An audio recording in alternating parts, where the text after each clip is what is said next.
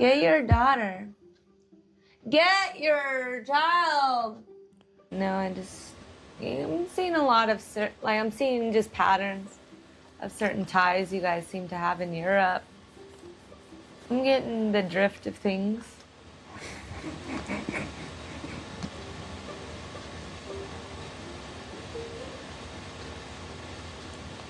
Yeah, because here's the thing. If it's my time to go, it's my time.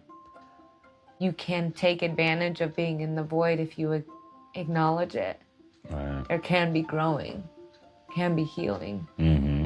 There can be becoming.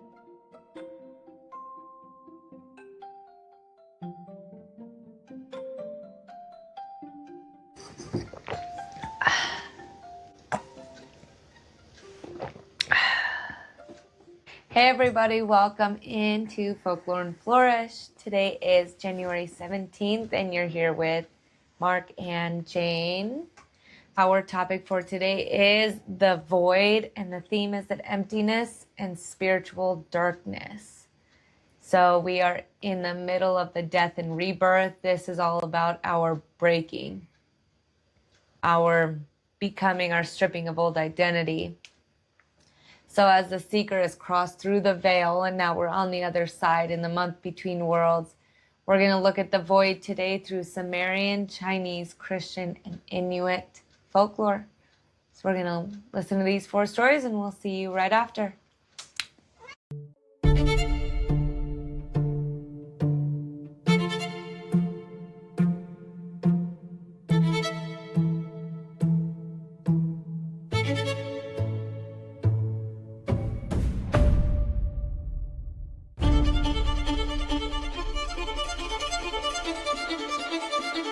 Before we begin, I want to take a moment to honor the cultures behind the stories we are about to explore.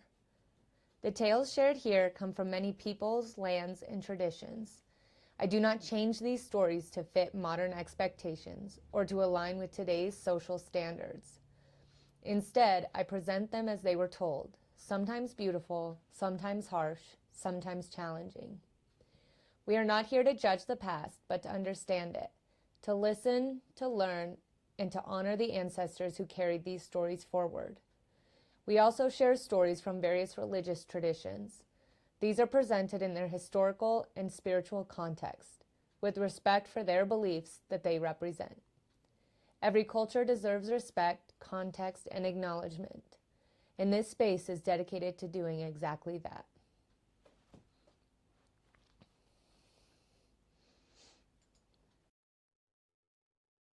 Story 1. Inanna's descent into the underworld. In the earliest cities of human memory, before kings ruled by divine right and before temples rose in stone, the Sumerians told of Inanna, queen of heaven and earth. She was the goddess of love, fertility, war, and sobriety. Her power was loud, radiant, and unstoppable. But even Inanna was not whole without dissent. When Inanna chose to descend into Kur, the underworld, she did not go as a victim. She went by will. The gates of the underworld stood Ereshkigal, her sister, ruler of death. To enter, Inanna was required to pass through 7 gates, and at each gate, one symbol of her power was removed. Her crown, her earrings, her necklace, her breastplate, her ring, her royal robe, until finally she stood naked, stripped not only of adornment, but of identity. When Inanna reached the throne room, Ereshkigal did not welcome her. She judged her. And with the gaze of death, Inanna was struck down. Her body was turned into a corpse and hung on a hook. No prayer arose, no God intervened, no meaning was offered. For 3 days and 3 nights, Inanna did not exist as goddess, queen, or woman. She was absence, silence, void. Above, the world withered, crops failed, animals stopped mating, desire vanished from the land. Only when life itself faltered did the gods send aid, not with force, but with humility. two small beings were created, neither male nor female, neither alive nor dead. They entered the underworld not to conquer, but to witness grief. They listened to Ereshkigal's pain, and in being seen, the underworld opened. Inanna was revived not as she was, but as she would become. She rose knowing death, knowing loss, knowing that power stripped to nothing becomes wisdom. She returned changed. Story 2. The Cosmic Egg Before Creation. Before heaven and earth were separated, before gods had names or humans had breath, the ancient Chinese spoke of a time called Hundun. Hundun was not chaos in the sense of disorder. It was undifferentiated wholeness. No light, no dark, no up, no down, no self, no other. Everything existed, but nothing was distinct. The universe was contained within a cosmic egg. Inside this egg slept Pangu, a giant being not yet born. He did not dream because dreams require contrast.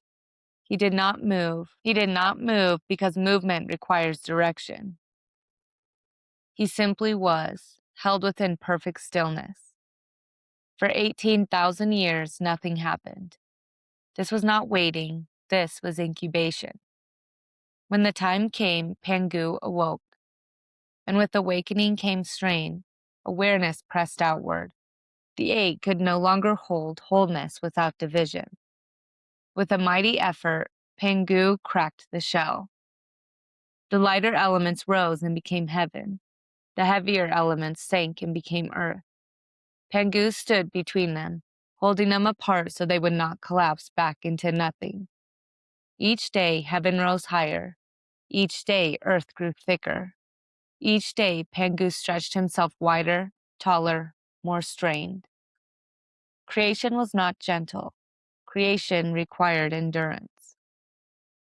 When Pangu finally fell, exhausted, his body did not vanish. It transformed. His breath became wind, his voice thunder, his eyes the sun and moon. His blood became rivers, his bones became mountains. His hair became forests, and his sweat became rain. From emptiness came separation. From separation came form. From form came life. But the Chinese sages remembered what came first. No gods, no humans, not even sky and soil, only stillness.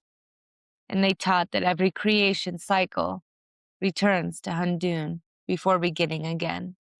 The void is not failure. It is the womb of becoming.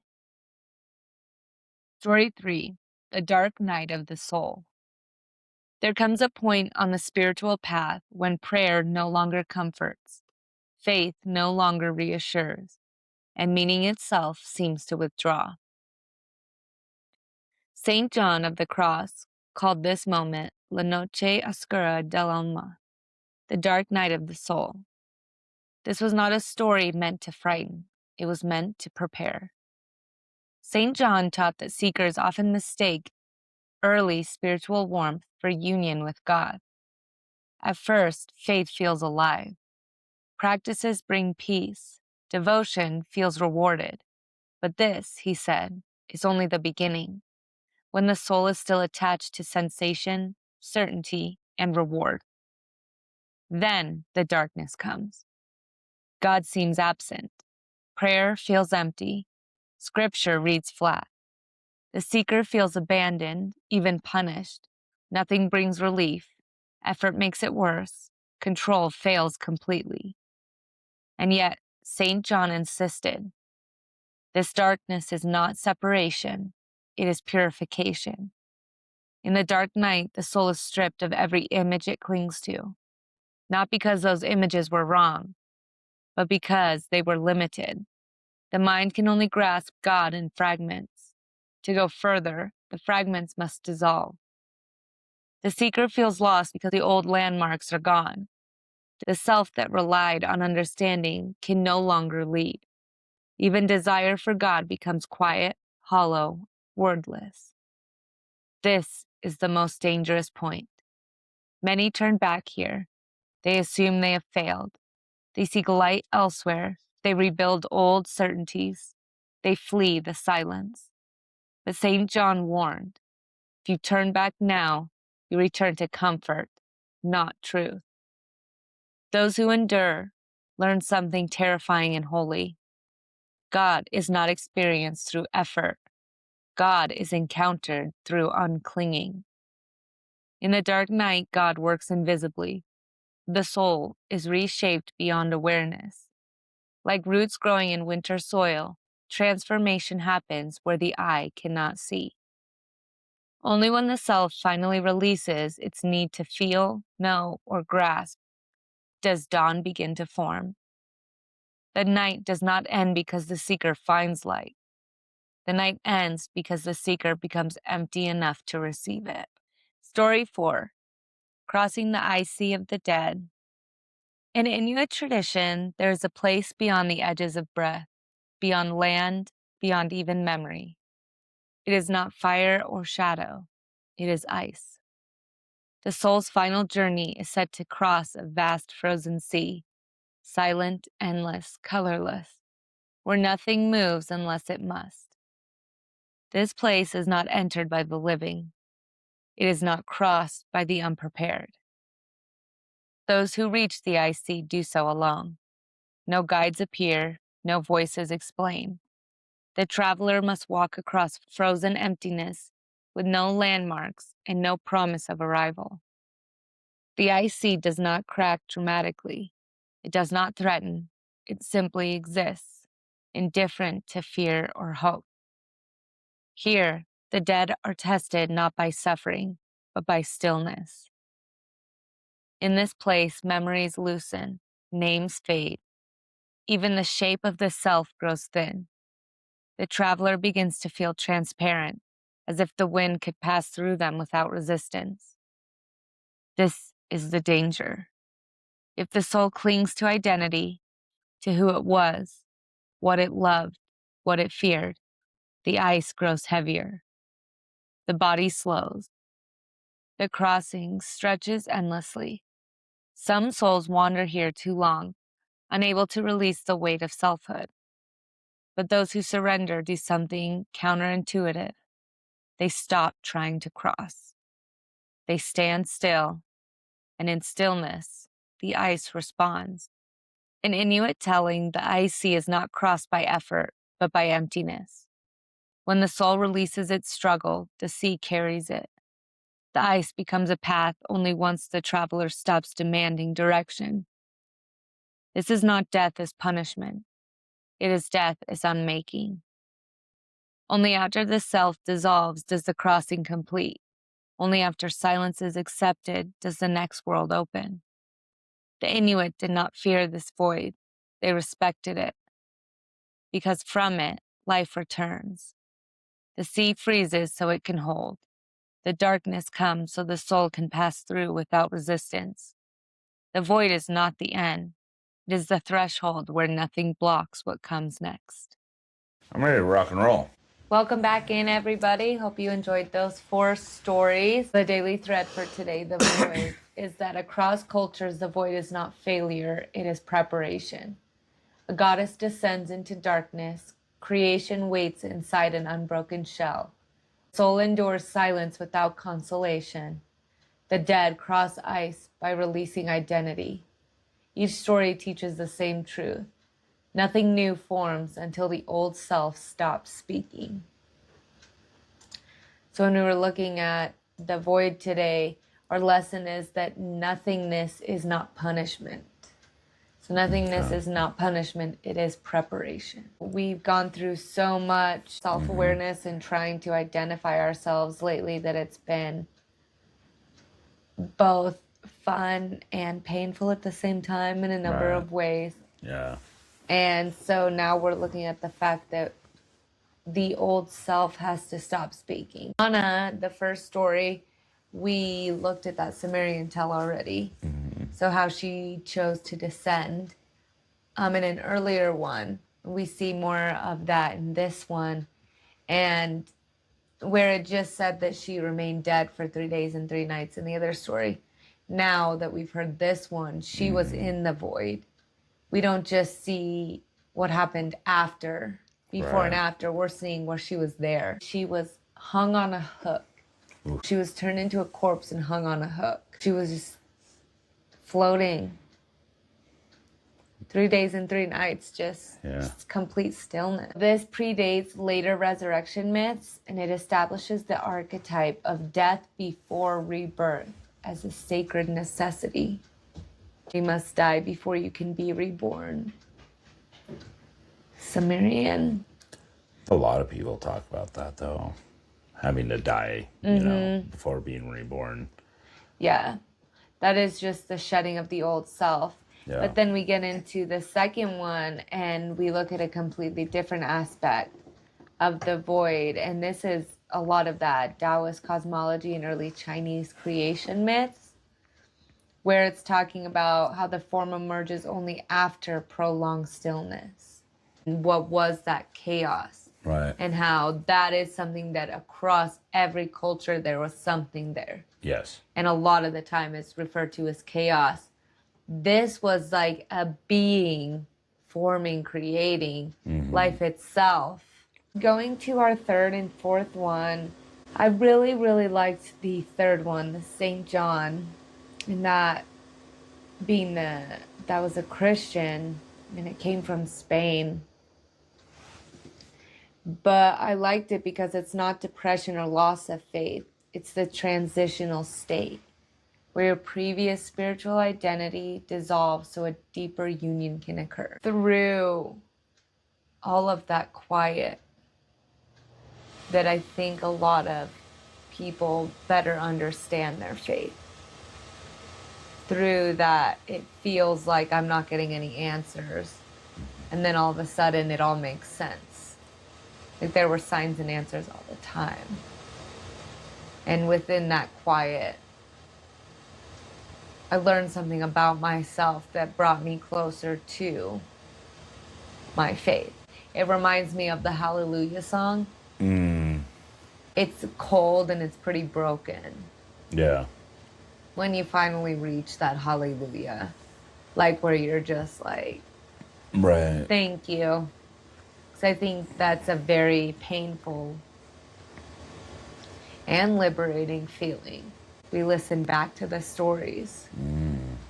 When you feel your despair, when you feel your void, I've always referred to it as the abyss. It's something that existed before us, and it's something that exists within us. I believe that. I believe that we all have our own abyss within us. And that is all the realities that we have and our ability to jump and to be in several places at once. There is also that higher and then that abysmal. Yeah. I can be at my higher self sometimes, and then other times I'm so dissipated into nothing. And that's what happens when I get lost in the abyss, the void, because you are lost in the echoes of yourself. Yeah, for sure. Whatever you allow yourself to be lost in, you're... Because it's like your greater being, in this case a Christian one. Oh, the only way for you to see me is for you to see yourself. And you need to see yourself in darkness. See every aspect of you. It's like the movie, The Cabin. The way you're kind of describing it with how you got to see you. How you got to see what you're dealing with, you know? Like, if you haven't seen that movie, well, go watch it. I felt like it was better that I was watching it with you guys. She just want to see me cry. Face yourself, because this is who's asking for me. And who are you? Yeah. But then you break down and go, who am I to even say that? Because I am yours. I just appreciate people who have felt that abyss. They have that faith. It's not something I think or feel, it's I know. I, for a long time, was scared of the nothing. I truly was terrified of the nothing, the after, like nothing after this. And I went to church growing up my whole life, believing in all that. The nothingness being, did you think it was a void? No, like Or it was just nothing as in nothing? nothing. I was truly torn, and I was always the what if. What if there isn't anything? What if it was that by chance? Like, because I heard something somewhere. I think I watched the Notre Dame thing, honestly. I think that's what really started my whole scariness of being afraid of death. Is that why you mentioned that the other day when I brought him up? Because Yeah. I really like his role he played in history. My parents have a VHS tape, not just Your of the white parents belt, are probably like but of Notre Dame. have ties. They, of what? White belt? No, I'm seeing a lot of I'm seeing just patterns of certain ties you guys seem to have in Europe. I'm getting the drift of things.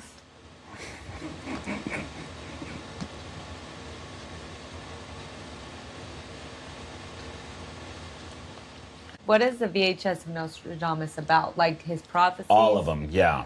All of them. So I someone watched just all of them. explained it. Yeah, and it like goes through it. All the major ones.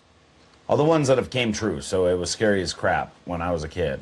Because that was in the 90s. So like World War III was coming soon. Before I graduated high school, the world was supposed to end. So, do you know what my little brain thought? I thought, well, if the world's going to end, Okay. there is zero reason for me to do my schoolwork. Oh, you thought it was going to end because of Nostradamus' prophecies, predictions. Yeah. So I was like, why do schoolwork? Honestly, this is honestly what started it all. And then we moved from Wyoming to here, and everything I was learning in 4th grade was everything I had just learned in 3rd grade. So I just learned all this. At that point, then I was like, oh, I don't need to try.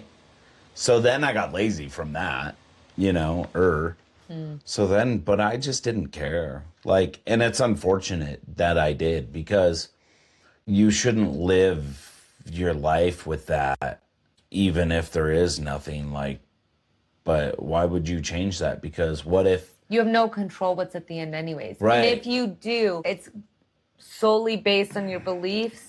my thing was like, I thought the world would end, right? So why do my schoolwork? Because like, why not just go out It's not a and live, priority. Yeah. live my life? Like, honestly, that's what I wanted to do. And like, if I would have been like in a jungle somewhere, like living in the forest or whatever, that would have been awesome. 2001, and I'd have been like, oh man, I was wrong.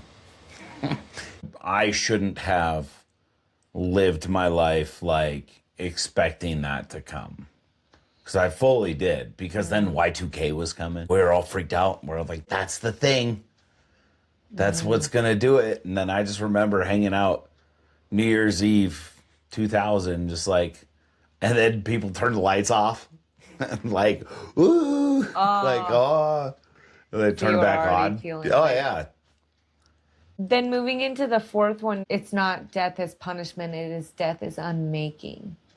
Crossing the ice. They did not fear the void, they respected it. Yeah. So do you think that that belief that you had is why you related to that story? You used to fear that, and then 100%. this story was all about respecting the nothing, Yeah. respecting the stillness, the void, Maybe. the lack of control that you may have Yeah. about it. Now I fully am okay with and not afraid of death anymore. Fully accept it whenever it comes for me, honestly. And when we've talked about surrendering, I truly believe that. Every time I got on my motorcycle, and so many people are like, oh, you get on that thing? Yeah. Because here's the thing, if it's my time to go, it's my time. God's going to say, you're in a truck, oh, here's a semi. Yeah. You know, I'm on a bike, here's a bunny. Everything happens for a reason. There's a reason I'm on a motorcycle and I hit a bunny rabbit, and then that takes me out. Shucks. Man, it could be a twig, you know. You never know. Like, but don't live life like that. So I don't, and I won't, because I used to. And that's no way to live. Like, don't be afraid of that void. Accept it and sit in it, because it feels kind of good. Honestly, like, I meditate into that, I believe. And it feels good. Like, that calm. What do you feel? Do you feel a temperature shift? For example. Well, my big thing is the feeling in my head that I get. So one of the trainings that I did that teaches you how to meditate is this guy. One of the things he taught me to do was you concentrate on your like right ear and then your left ear, and you go back and forth. And while you're meditating, if you're trying to feel like your ear, and then you try to feel in the center of that, so you're dead center on everything, right? And then just the practice of doing that took me a long time to hone in on it and get better at it. But now I can do it almost, and sometimes it just happens now. When I'm driving to work or whatever, I'll be doing it the whole way there, home, But whatever. you meditate into the void, do you think? In those moments, no. But like, I think I can. When I get into a deep one where I just, time flies by. Then sometimes it feels like it's been forever and it hasn't. I can slip really easily into them. Yeah. I know that I have once in particular, so I just allowed it to wash over me. And what it feels like is it feels like someone grabs here and it just rips, like, not my body, but my soul down. It's like I allow the cold to take me. To me, it would almost be no temperature. None. I'm not hot. I'm not cold. And it's not that it's perfect, because it is, but it doesn't matter. Like, it's like, you just don't feel it. I don't feel it, the temperature. It's just like, oof. Like, the room could be hot and I'm not, which is odd. Yeah, I don't feel the temperature in the room. My Then soul you is feel the ripped cold. into the abyss. I'm Right. just in there. So it could be 100 degrees in that room. Right, and you just feel My body cold. isn't regulating it. It's regulating the What you're- cold because it's so spacious. It's literally the echoes of yourself. Right. But when you're more open, I truly believe when you are more open, you're more creative, you're more intuitive, whatever it may be, the more you look into things, you're not there by yourself. It's pieces of you. It could be other things, whatever it may be. But you're hearing the echoes of yourself, but you're bargaining with others there. You're bargaining with the abyss's voice. Whatever it may be. Yeah. Sometimes that's simply energy. Yeah. Lift whatever it is off of them. Right. Yeah, for sure. Being receptive to that. What about that story did you like? It was about that death part, and I don't know, when they were talking about the ice and the void and just waiting for it, you know. It just makes me think of meditating, you know. I just truly, like, when I sit there and I meditate, that weird feeling that I get inside my brain, like the way my brain just does this shift of this like weird vibration. Yeah. It physically feels cool. feeling. I know there's a reason I continue to do it and continue to get into that. There's a reason, because it's going to just start clicking to something else. Some other frequency is going to align. It's going to finally click into exactly the right frequency that I need to open whatever I need it to open, or whatever it needs to open, I don't know. God does. He's just waiting for me to, I guess, figure it out. Figure it out. Speaking of that fourth story, it emphasizes acceptance over striving and knowing when not to fight the elements. That part is challenging. When do I fight for what I want and what I think I deserve? And then when do I just be like, okay, if it's meant to be, it's meant to be. And I'm not going to fight it. I think Where is that? Day one. Going back to day one, it comes from the whisper. I think the wind tells you how frequently that changes. You have to listen to the wind within yourself and around you. But I think that's why it's so important that we hear those unseen voices. Like, we hear them because they are telling us. There is help around us saying, no, you stand your ground here. Right. Where others will say, just write it out. Yeah. Take a breath. Like, it feels like when you're working out and they're like, tighten your core, because you're just staying in that plank or whatever. Like, you're just holding your position and you're just writing it out. That made my abs hurt. Yeah, I mean, mine feel really good though. But when you're just writing it out, and it's that wind within yourself. It's the elements within yourself, the voices that will tell you. Yeah. Maybe that related because maybe something in you is saying you have what you need. And it's something within you that you need to sit with. And it is just going to be that, oh my gosh. That's what it is. Maybe this story connected because something within you is going, Mark. Hello. Sit with your stillness. Maybe I just need to do a big old meditation. That'd be cool. We're kind of getting through the middle to the end of week 3. Death and rebirth. And we're starting to be reborn. That would make sense for that part to click when we're in the rebirth part. Yeah, tomorrow is the spark. Oh, that makes sense because I was like, I'm going to and then the sit and next meditate shift. tomorrow. Before we go, your reflection is what grows when everything is quiet. What grows when everything is quiet?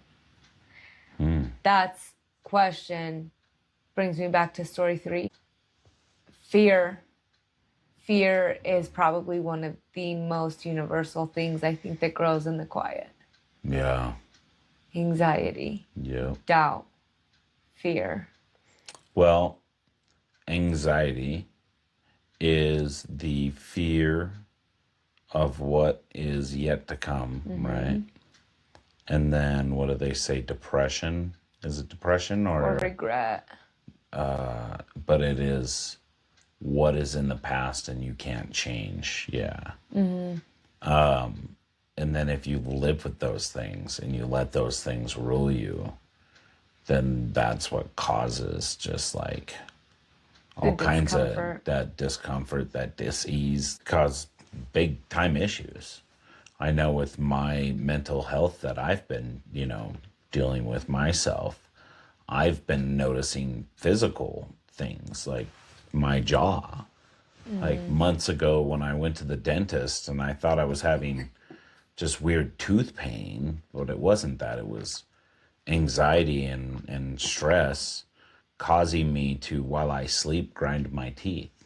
And then during the day, just kind of almost doing the same thing. And unfortunately, that's something I'm, trying to deal with. And I think we all have our things. The more I hear these stories and the more we talk about stuff, and especially with the surrender one, that one hit me hard, like, especially with what I'm talking about with my jaw, like surrender to whatever that is. And then like what you were saying is I already have what I need. Like, hello, wake up. It's like surrender to that. And then I should get rid of all the issues that I'm having.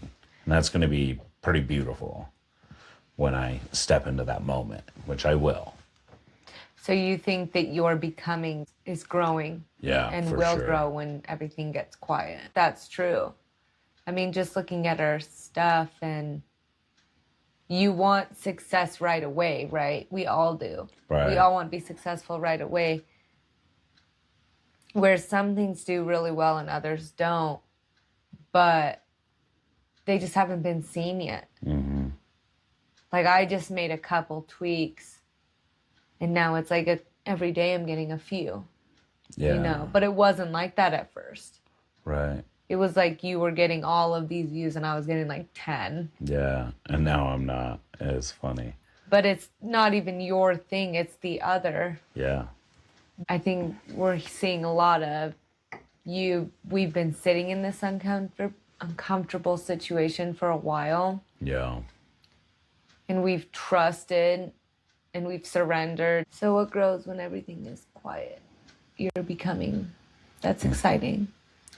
I think it is. I love believe that. It is. Yeah. Mm-hmm. Me too. Thank you. Well, it has a lot to do with you too, because a lot of this stuff that's going on. Don't act surprised, Goofy. Like a lot of these stories that we're talking about, I don't think it would have came to fruition without doing this podcast. Like, this was what the universe wanted us to do. For somebody somewhere, for me, for you, whoever it's for, it doesn't matter. I remember being on social media for years and just not getting any views, like, or anything, right?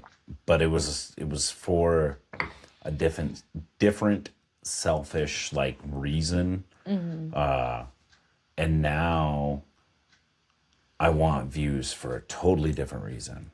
And it's not for the clout and, ooh, look at me, I'm popping. No, it's because I think we're saying important things for people to listen to. And that's why I want views, because I want to help people. Mm-hmm. And that's my biggest thing now. And I will sit and wait in the quiet and do our thing, and just like we were saying before we started recording, you know, who knows what's and who's watching it right now. To know that someone that's helping is helping themselves too.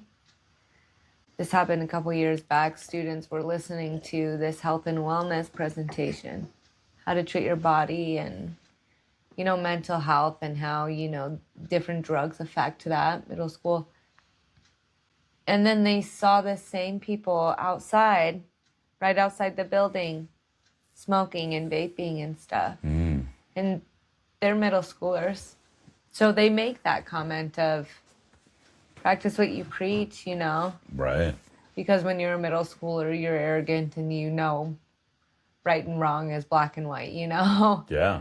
And it is simpler, as it should be, though. But you are sitting here saying, I'm willing to help because I'm helping myself first, you know? Mm-hmm.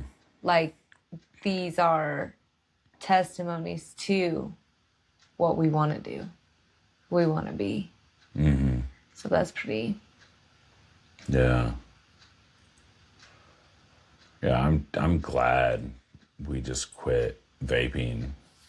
Mm-hmm. It was a challenging thing to do, and I mean, shoot, I still feel it. Like, I still feel that desire. Well, and something that's hard for me, the eyelashes, the nails, like, and getting rid of the chemicals, I feel good. Yeah. Rubbing my eyes right. was the most exciting thing. Yeah. After a year, I was so excited. Because that was the worst part about it, was you can't just like... Yeah. But you like them because it does feel good. Like, you can like yourself either way, the way you look, but right. if you feel good with it, yeah, it's kind of hard to get rid of, but then you get rid of them and you get to do those simple things. Yeah. You are more yourself. Right. You are more in tune with yourself and how you were made to be. Right. So there is that. And then you get to appreciate yourself more. And you don't have to never wear makeup to appreciate yourself. Yeah. Like there are times where I just like to do it, or I do fun things, you know? Right. And people can do that. You can get dressed up. You can put on like wigs and stuff. Yeah. But to be able to just sit there too, I can change a couple things if I want to. Right. To enjoy the way I look, you know, a little bit differently. I like that we're sitting here changing certain things, staying true to others, growing and healing, and saying it's not something you have to do alone. Because we're going through it, and we will always be going through it. Right. We won't always be in January. We won't always be in the month between worlds. We won't always be sitting in the void. Monkey yuck. I mean, there will be months ahead, months as we're moving forward, where we are the hero. We get to experience a hero's journey. We get to experience everything that the world has to offer, but it begins with starting new. Right. Becoming. And I love that as we're reading these stories, the becoming is at so many different levels. Some are before birth, some are after death. There are so many different time periods that you could get it. Young, old, whatever it may be. So to honor the truth today for our task, to honor the truth that emptiness is fertile, not just empty. You're going to create something tiny today. So you're just going to create something to help acknowledge that the emptiness is fertile and honor that truth. The application is that silence is not absence. It is space.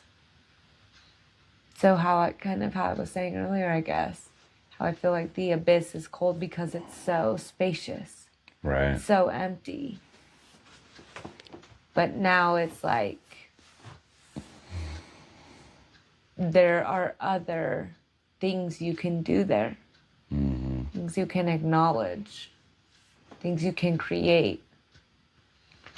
And sometimes we have to remember that being in that void, you can take advantage of being in the void if you acknowledge it. Right. There can be growing, can be healing. There can be becoming. And that's where we get into our rebirth now, moving forward. So that's all I have today for you guys. I'm excited to be getting into a little bit of seeing some reward, because that's the thing too, is that every day shouldn't feel like an emotional or spiritual drain. Right. We need to have wins. Obviously, we had to redo our little setup. I'm sure you guys noticed, the ones that have been watching. Yeah. So, but I'm sure it'll change again. It's time that we start seeing some. It's great to acknowledge when it's tough, when times are tough, but it's just nice to get a win too. To walk away from a day or a lesson feeling like I did it. I didn't have to suffer, because you don't always need to. So we'll be getting into those. So hold on tight. And we will see you guys all tomorrow. Thanks, guys. Bye. Cheers. Thank you for walking this journey with me today. These stories are more than folklore. They are the heartbeat of our world building, the inspiration behind our characters, and the soul of the Legends Reborn Chronicles. By exploring these tales, we honor the past, ignite the present, and breathe life into the legends we're creating together. To see more of Mark and I, as well as additional scenes, discussions, and healing, check the links below that will lead you to our various social media platforms. Please also feel free to ask any questions or leave any comments in the episode below or in future episodes to come. We would love to hear from you. Until next time, may your path be guided by wonder, curiosity, and the magic of the stories that came before us. Blessings, and I'll see you on our next folklore journey.